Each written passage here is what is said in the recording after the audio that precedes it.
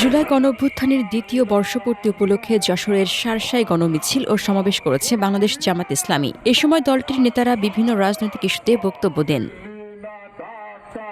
বুধবার বাদাসুর শার্শার Navaron Al Hilal trust প্রাঙ্গণ থেকে গণমিছিলটি শুরু হয়ে নাভারন সাতক্ষীরা মোড়ে গিয়ে সমাবেশে মিলিত হয়। মিছিলে উপজেলার বিভিন্ন ইউনিয়ন ও ওয়ার্ড পর্যায়ের নেতাকর্মী ও সমর্থকেরা অংশ নেন। শার্শা উপজেলা জামাতের সেক্রেটারি মোহাম্মদ জাহাঙ্গীর আলমের সঞ্চালনায় সমাবেশে প্রধান অতিথি হিসেবে বক্তব্য দেন উপজেলা জামাতের আমির ও ভাইস চেয়ারম্যান পদপ্রার্থী অধ্যক্ষ ফারুক হাসান। বিশেষ অতিথি ছিলেন উপজেলা জামাতের নায়েবে আমির ও উপজেলা চেয়ারম্যান পদপ্রার্থী প্রকৌশলী তৈয়বুর রহমান জাহাঙ্গীর। এছাড়া উপজেলা ও ইউনিয়ন পর্যায়ের বিভিন্ন নেতারাও উপস্থিত ছিলেন।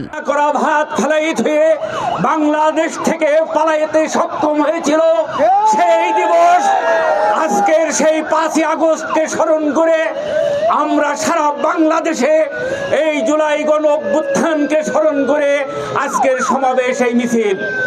সংগ্রামী সাথী বন্ধুগণ, এই 5ই আগস্টের জুলাই অভ্যুত্থানের এই মিছিলে আগত সংগ্রামী সাথী বন্ধুগণ, আপনাদেরকে মোবারকবাদ জানাই, ধন্যবাদ জানাই।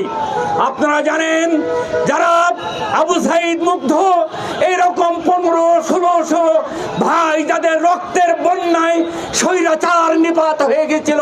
সমাবেশে বক্তারা জুলাই গণঅভ্যুত্থানের শহীদদের স্মরণ করেন এবং বিভিন্ন রাজনৈতিক দাবি তুলে ধরেন। প্রধান অতিথি উপাধ্যক্ষ ফারুক হাসান তার বক্তব্যে সাবেক প্রধানমন্ত্রী শেখ হাসিনাকে দেশে ফিরিয়ে এনে বিচারের আওতায় আনার দাবি জানান। বিশেষ অতিথি প্রকৌশলী তৈয়বুর রহমান জাহাঙ্গীর জুলাই সনদ দ্রুত বাস্তবায়নের দাবি জানিয়ে বলেন, বৈষম্যহীন বাংলাদেশ গড়তে গণঅভ্যুত্থানের চেতনাকে ধারণ করে এগিয়ে যেতে হবে। সমাবেশ শেষে দেশ, জাতি এবং জুলাই গণঅভ্যুত্থানের শহীদদের রুহের মাগফিরাত কামনা করে বিশেষ দোয়া অনুষ্ঠিত হয়।